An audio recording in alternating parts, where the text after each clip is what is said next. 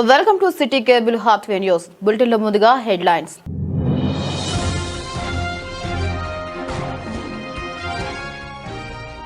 Ramagundam police commissionerate కార్యాలయంలో జాతీయ జెండాను ఆవిష్కరించిన police commissioner Amber Kishore zoo.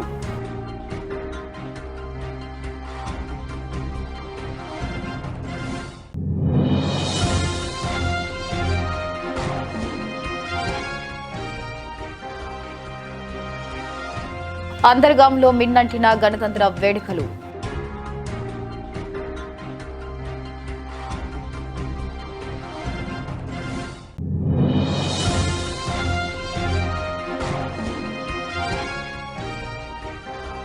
పెద్ద మనసు చాటుకున్న చిన్న వయసు పిల్లలు, మానవత్వం చాటిన గోదావరికని ఇండో అమెరికన్ పాఠశాల విద్యార్థులు.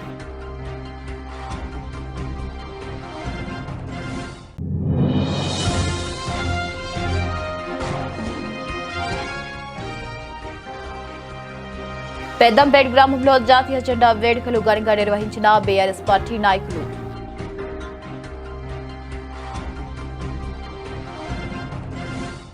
రామగుండం పోలీస్ కమిషనరేట్ కార్యాలయ ఆవరణలో 77వ గణతంత్ర దినోత్సవాన్ని పురస్కరించుకుని ఏర్పాటు చేసిన కార్యక్రమంలో పోలీస్ కమిషనర్ అంబర్ కిషోర్ జూ జాతీయ జెండాను ఆవిష్కరించారు.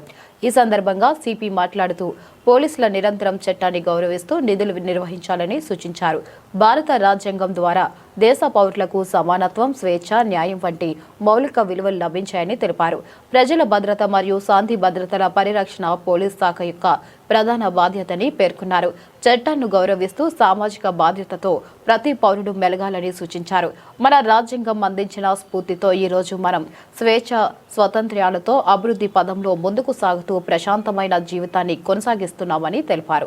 ప్రతి భారతీయుడు హృదయంలో గణతంత్ర దినోత్సవం ఒక ప్రత్యేకమైన దినమని అన్నారు. ఎందరో త్యాగధనుల త్యాగ ఫలమే గణతంత్ర దినోత్సవమని, వారి ప్రాణ త్యాగాల వల్లనే మనం ఈ రోజు స్వేచ్ఛగా జీవిస్తున్నామని తెలిపారు. అలాంటి మహనీయులను ఎప్పటికీ స్మరించుకోవాలని అన్నారు. పోలీస్ విధి నిర్వహణలో ఉత్తమ ప్రతిభ కనబరిచిన అధికారులు మరియు సిబ్బంది సిపి స్వహస్తాలతో ప్రశంస పత్రాలు అందజేశారు. అందరికీ గణతంత్ర దివస్ హార్దిక శుభాకాంక్షలు. గణతంత్ర దివస్ మనకు ఒక పెద్ద విషయం గుర్తుపెట్టుకోవడానికి ఉంది. రాజ్యంలో ఒక చట్టం ఉంటుంది. మనము అందరు కలిసి ఈ చట్టం స్వీకరించిన దినం ఇది.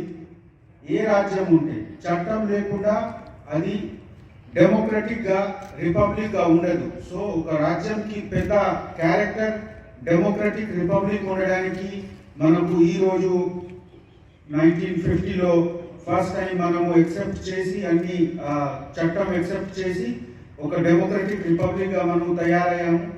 ఈ మన సొసైటీకి ఇంపార్టెంట్ భాగంగా ఇదే విధంగా మనము ఏం చేసినా పోలీస్ డిపార్ట్మెంట్ ఎప్పుడు కూడా చట్టం పరంగా పనిచేసే వాళ్ళ డిపార్ట్మెంట్.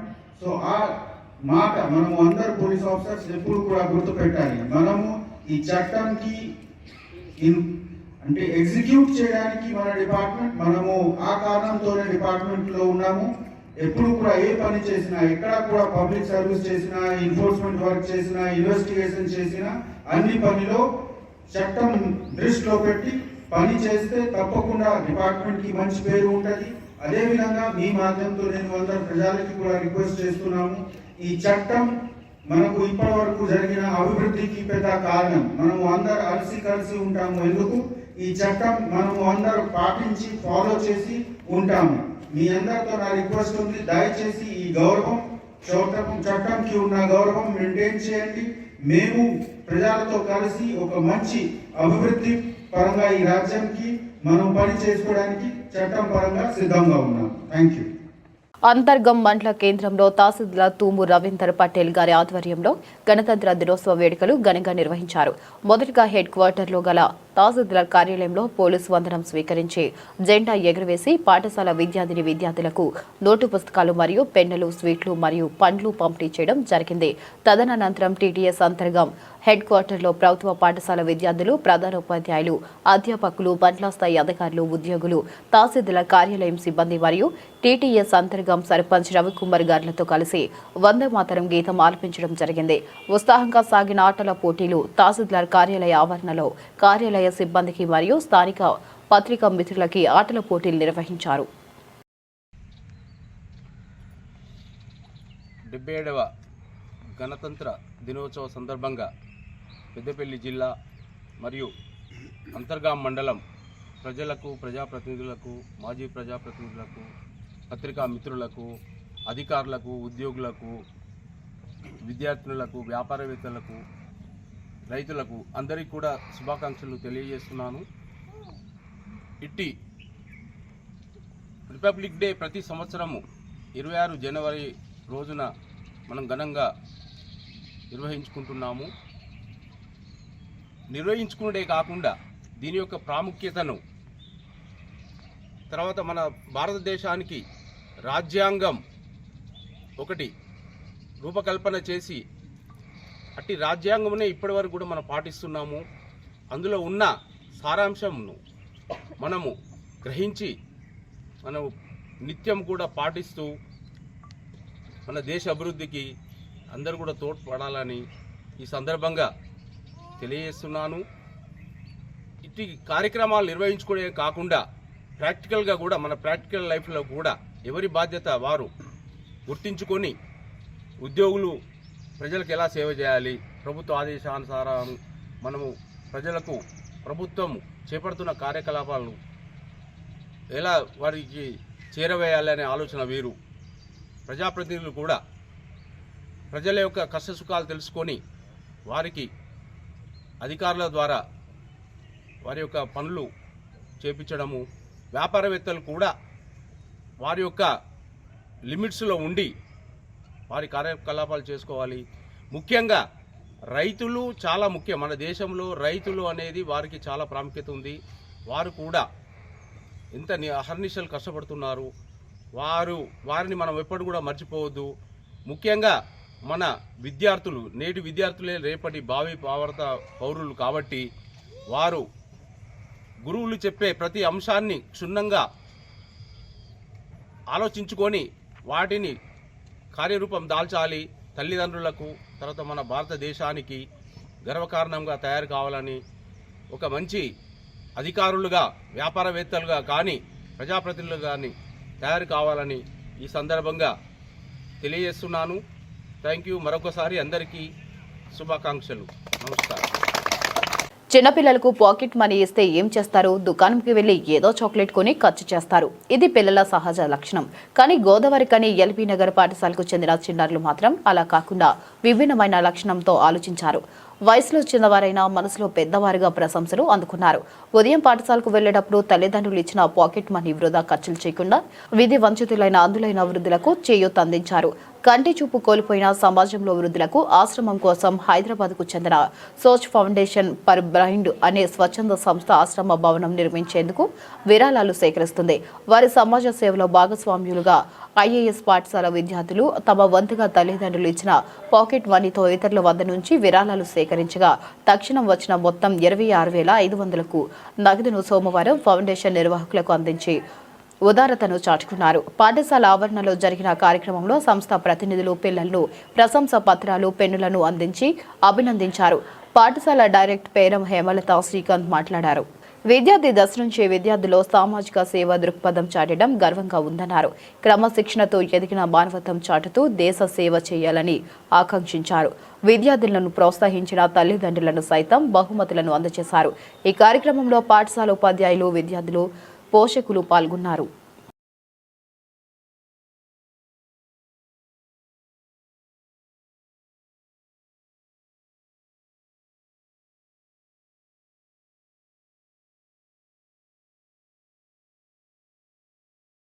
2026 జనవరి 26న ఎన్టీపీసీ రామగుండం మరియు తెలంగాణ 77వ గణతంత్ర దినోత్సవాన్ని గొప్ప ఉత్సాహంతో మరియు దేశభక్తి ఉత్సాహంతో జరుపుకున్నాయి. శ్రీ చందన్ కుమార్ సమంత హెచ్ఓపీ జాతీయ జెండాను ఎగురవేసి సిఐఎస్ఎఫ్ సిబ్బంది మరియు పాఠశాల విద్యార్థులచే ఆకట్టుకునే కవ్వతుతో వేడుకలు ప్రారంభమయ్యాయి. దీనిని ముఖ్య అతిథిగా వీక్షించారు. 77వ గణతంత్ర దినోత్సవం సందర్భంగా సమావేశమైన వారిని ఉద్దేశించి ప్రసంగించిన శ్రీ సికే సమంత హెచ్ఓపీ ఎన్టీపీసీ రామగుండం ఉద్యోగుల అంకిత భావం మరియు నిబద్ధత పట్ల గర్వం వ్యక్తం చేశారు మరియు దేశ ఇంధన రంగానికి వారి గణనీయమైన కృషిని గుర్తించారు. మీ కృషి మరియు అంకిత భావంతో ఎన్టీపీసీ రామగుండం దేశానికి స్థిరమైన మరియు నమ్మదగిన శక్తిని అందిస్తూనే ఉంది అని ఆయన పేర్కొన్నారు. గణతంత్ర దినోత్సవ వేడుకలకు రంగు, ఆకర్షణ మరియు శక్తిని జోడించిన ఉత్సాహభరితమైన సాంస్కృతిక కార్యక్రమం ద్వారా వేడుకలు మరింత సుసంపన్నమయ్యాయి. ఈ కార్యక్రమంలో ఉద్యోగులకు వారి అత్యుత్తమ కృషికి గుర్తింపుగా BWH మెమోరియస్ అవార్డులను కూడా ప్రదానం చేశారు. దీనికి హాజరైన వారందరూ హృదయపూర్వకంగా అభినందించారు.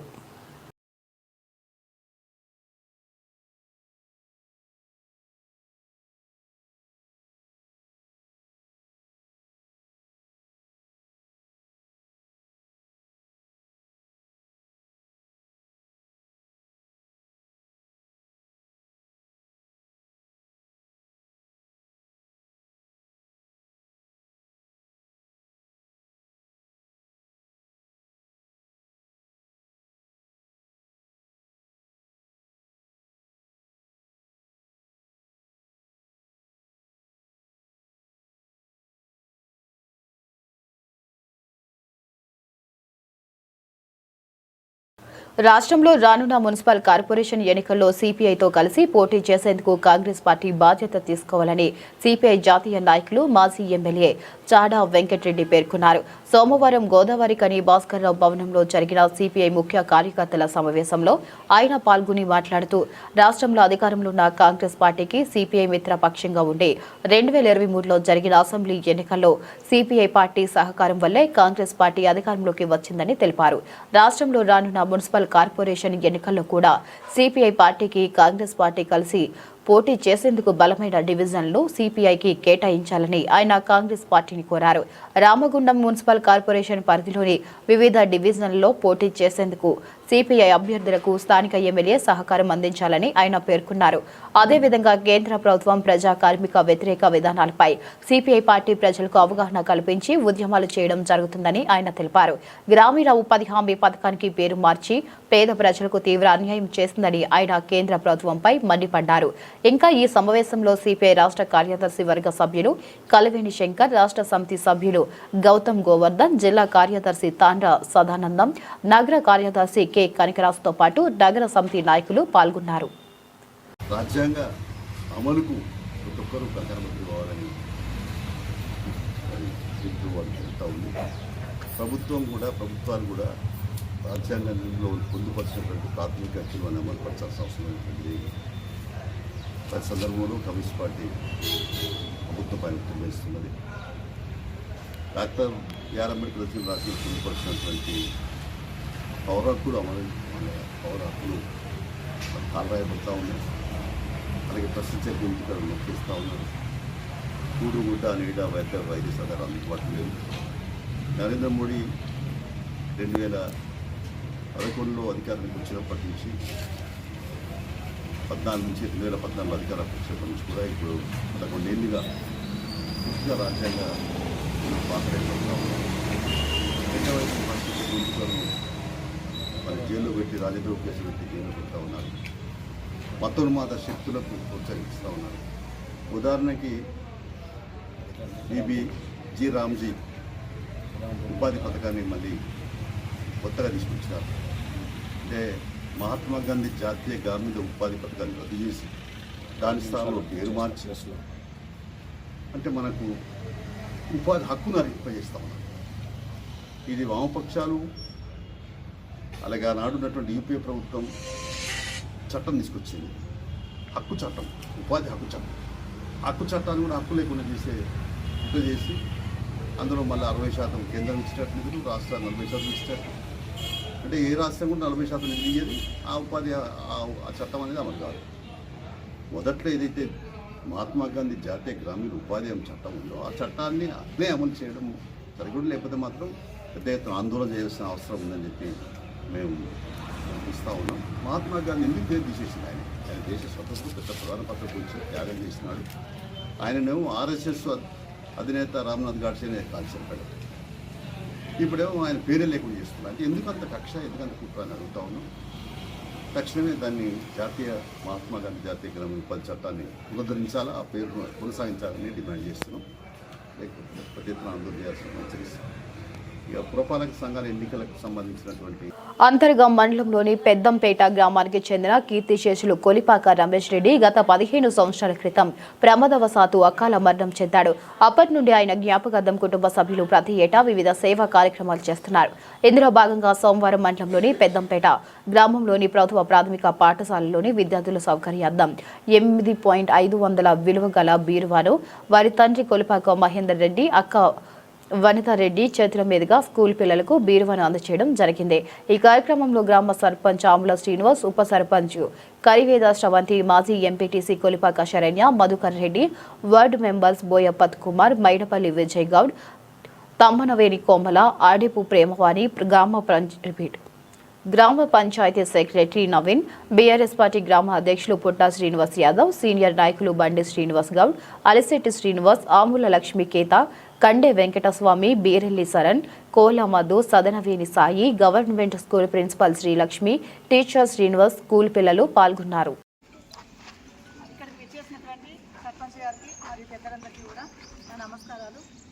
మన మహేందర్ రెడ్డి సార్ ప్రతి సంవత్సరం కూడా మన పాఠశాలకు ఏదో తన కుమారుడు రమేష్ రెడ్డి గారి జ్ఞాపకార్థం ఇవ్వడం జరుగుతుంది. ప్రతిసారి కూడా చనిపోయిన తన కొడుకుని గుర్తు చేసుకొని తన గుర్తుగా స్కూల్ పిల్లలకు ఖచ్చితంగా ఏదో ఒక డెవలప్మెంట్ ఉండాలి, నేను ఇది ఇస్తున్నా అనే ఆలోచనతో ప్రతి సంవత్సరం కూడా మర్చిపోకుండా మా దగ్గరకు వస్తున్నందుకు కృతజ్ఞతలు సార్. పోయిన సంవత్సరం కూడా రావడం జరిగింది. స్టీల్ వాటర్ బాటిల్స్ ఇచ్చారు, అంతకుముందు బ్యాగ్స్ ఇచ్చారు. ప్రతి సంవత్సరం కూడా మర్చిపోకుండా ఏదో ఒకటి ఇస్తున్నారు. నేను నా వైపు నుంచి సార్ బీరువా కావాలి అని అడగడం వల్ల ఈరోజు సార్ మాకు ఈ బీరువా డొనేట్ చేయడం జరిగింది సార్. Thank you sir. మీకు మా పాఠశాల 77వ గణతంత్ర దినోత్సవాన్ని పెద్దంపేట్ బీఆర్ఎస్ పార్టీ నాయకులు ఘనంగా నిర్వహించారు. పెద్దంపేట్ గ్రామ BRS party incharge Kolipaki Madhukar Reddy, BRS party గ్రామ సర్పంచ్ ఆముల పెద్ద శ్రీనివాస్ ఆధ్వర్యంలో గ్రామ అధ్యక్షుడు పుట్టా శ్రీనివాస్ యాదవ్ జాతీయ జెండాను ఆవిష్కరించడం జరిగింది. ఈ కార్యక్రమంలో ముఖ్య అతిథిగా పాల్గొన్న సర్పంచ్ ఆముల పెద్ద శ్రీనివాస్, ఉప సర్పంచ్ కరివేద శ్రవంతి శ్రీనివాస్ రెడ్డి, ఎంపీటీసీ కొలిపాక శరణ్య, మధుకర్ రెడ్డి, బీఆర్ఎస్ గ్రామ నాయకులు బండి శ్రీనివాస్ గౌడ్, బండి మహేష్ గౌడ్, మెరుగు రమేష్ గౌడ్, అలిశెట్టి శ్రీనివాస్, నైరెల సత్యగౌడ్, ఆముల లక్ష్మీకేత, కోల నారాయణ, కోల మధు, బీరెల్లి శరణ్, సాయిపల్లె రాజయ్య మరియు గ్రామస్తులు పాల్గొన్నారు.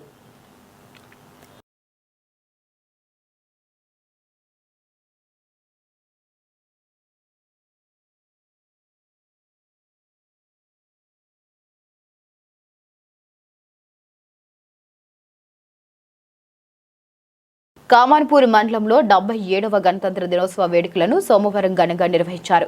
ప్రభుత్వ గ్రామ పంచాయతీ కార్యాలయాలు, పోలీస్ స్టేషన్, ప్రభుత్వ ప్రైవేట్ పాఠశాలలు, ఏవీఎంసీ, పీసీఎస్ కార్యాలయంతో పాటు రాజకీయ పార్టీల ఆధ్వర్యంలో జాతీయ జెండాను ఎగురవేసి గణతంత్ర దినోత్సవ వేడుకలను ఘనంగా జరుపుకున్నారు.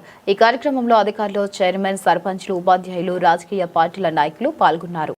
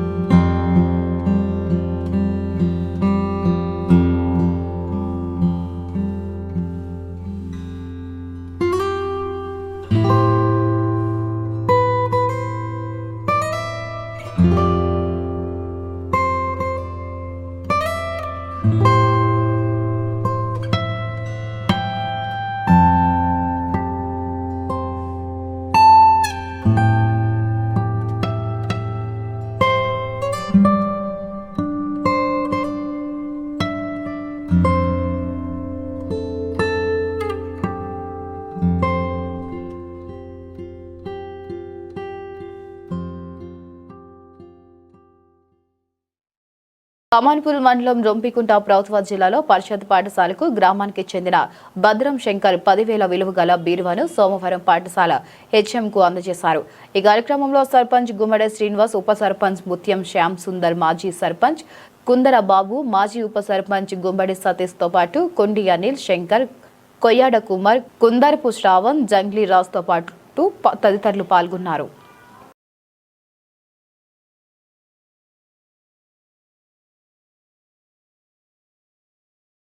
డ్రైవర్లు రిటైర్డ్ అవుతుండటంతో కొత్త వారి రిక్రూట్మెంట్ లేకపోవడంతో ఉన్నవారిపైన రోజురోజుకు పని భారం పెరుగుతుంది.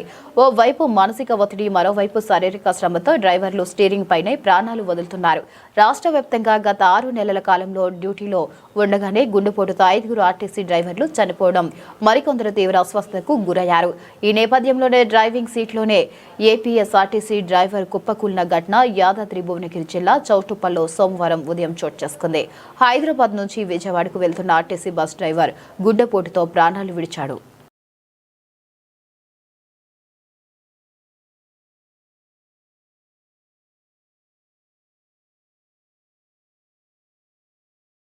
తెలంగాణ ప్రభుత్వం మీడియా అక్రిడిటేషన్ 2027 నిబంధనల్లో పలు కీలక సవరణలు చేస్తూ ఇవాళ తాజాగా జీవో నెంబర్ 103ను విడుదల చేసింది. ఈ సవరణల ద్వారా అక్రిడిటేషన్ల కేటాయింపులో మహిళలకు ప్రాధాన్యత ఇవ్వడంతో పాటు మరికొన్ని నిబంధనల్లో ప్రభుత్వం మార్పులకు శ్రీకారం చుట్టింది.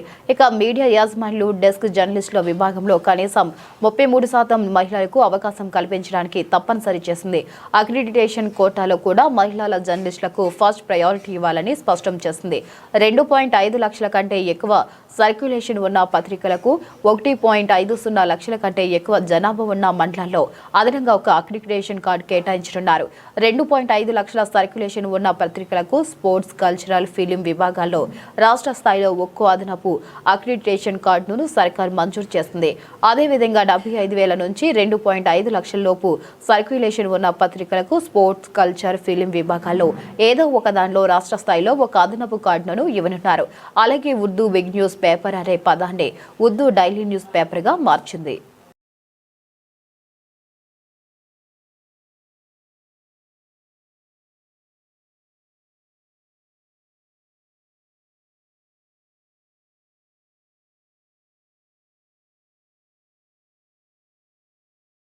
ఖమ్మం ప్రభుత్వ పాఠశాలలో ఉపాధ్యాయురాలిగా విధులు నిర్వహిస్తూ ఒక ప్రైవేట్ పాఠశాలకి ఇన్స్టాగ్రామ్లో ప్రమోషన్ చేసిన ఘటన ఖమ్మం జిల్లాలో కలకలం రేపింది. ఖమ్మం ప్రభుత్వ పాఠశాలలో టీచర్గా పనిచేస్తున్న ఇన్ఫ్లుయెన్సర్ గౌతమి ఈ వ్యవహారంలో విద్యాశాఖ అధికారుల చర్యలకు గురయ్యారు. గౌతమి ఓ ప్రైవేట్ స్కూల్ను ప్రోత్సహిస్తూ వీడియోలు రూపొందించింది. వాటిని ఇన్స్టాగ్రామ్లో పోస్ట్ చేసి విషయం అధికారుల దృష్టికి వెళ్లింది. ప్రభుత్వ ఉద్యోగిగా ఉంటూ ప్రైవేట్ విద్యా సంస్థలకు ప్రచారం చేయడం నిబంధనలకు విరుద్ధమని భావించిన విద్యాశాఖ అధికారులు ఆమెపై సస్పెన్షన్ వేటు వేశారు. సస్పెన్షన్ ఉత్తర్వులు జారీ అయిన అనంతరం గౌతమి తీవ్ర ఆవేదన వ్యక్తం చేశారు.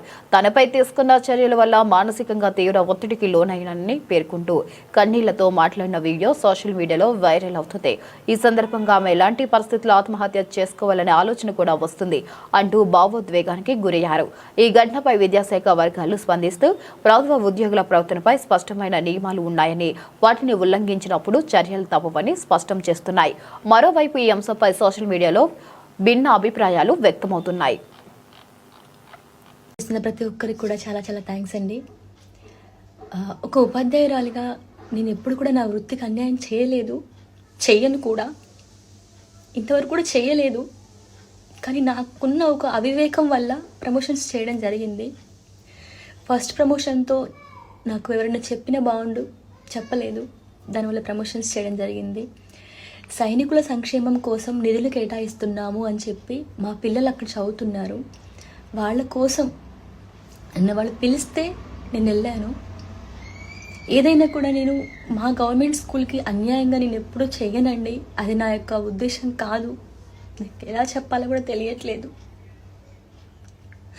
వాట్సాప్ నుంచి, ఇన్స్టా నుంచి, ఫేస్బుక్ నుంచి చాలా ట్రోలింగ్ చేసేస్తున్నారు. నేను ఏమన్నా 10 మందిని హత్య చేశాను, నేను 20 మందిని చంపేశానా, లేదంటే గంజాయి, హెరాయిన్ ఏమైనా అమ్మానా? నాకు ఇవన్నిటితోటి సూసైడ్ చేసేయాలనిపిస్తుంది. అనొచ్చు,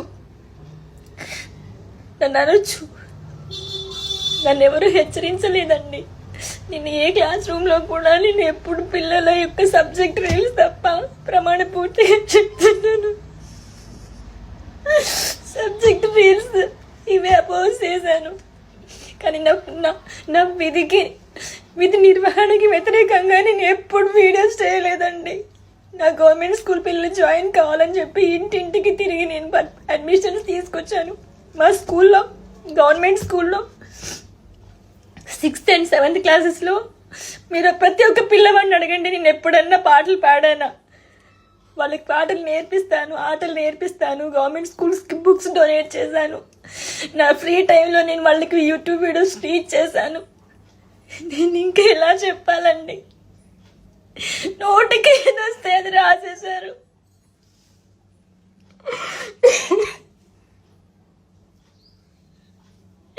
పాటలు చెప్పడం మానేసి రీల్ చేసిందని చెప్పి నోటికి ఏదొస్తే అది మీ న్యూస్ల కోసం. మనిషి చచ్చిపోయినా అంతే. నా అప్పుడు హ్యాపీగా ఉండండి మీరంతా. చచ్చిపోయింది కావచ్చు మీ ట్రోలింగ్కి అని 4-5 రోజుల నుంచి నీళ్లు తాగలేదండి. మీరు నమ్ముతారా? ఇప్పుడు ఇది చెయ్యొచ్చో లేదో కూడా నాకు తెలియదు. బీపీ డౌన్ అయిపోయి నాకు మైండ్ పని చేయట్లేదు. కడుపుకు తిండి పెట్టే జాబ్కి ఎవరైనా అన్యాయం చేసుకుంటారా అండి? తెలియలేదు నాకు. నా గవర్నమెంట్ వ్యవస్థ నాకు తిండి పెడుతుంది. ఈ గవర్నమెంట్ వ్యవస్థ అన్యాయం చేయాలని నేను ఎప్పుడూ కోరుకోలేదండి. బులెటిన్ ముగించే ముందు మరొకసారి హెడ్లైన్స్.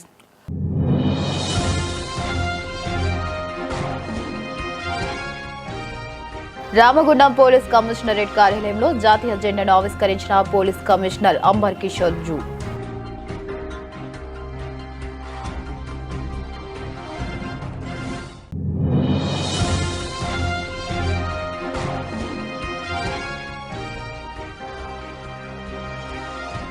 అంతర్గాంలో మిన్నంటిన గణతంత్ర వేడుకలు.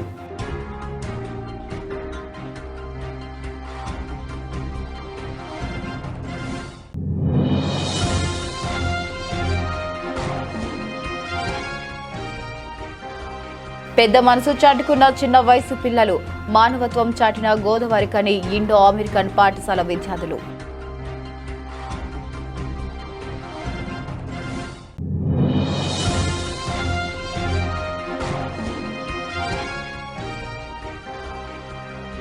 పెద్దంపేట గ్రామంలో జాతీయ జెండా వేడుకలు ఘనంగా నిర్వహించిన బీఆర్ఎస్ పార్టీ నాయకులు.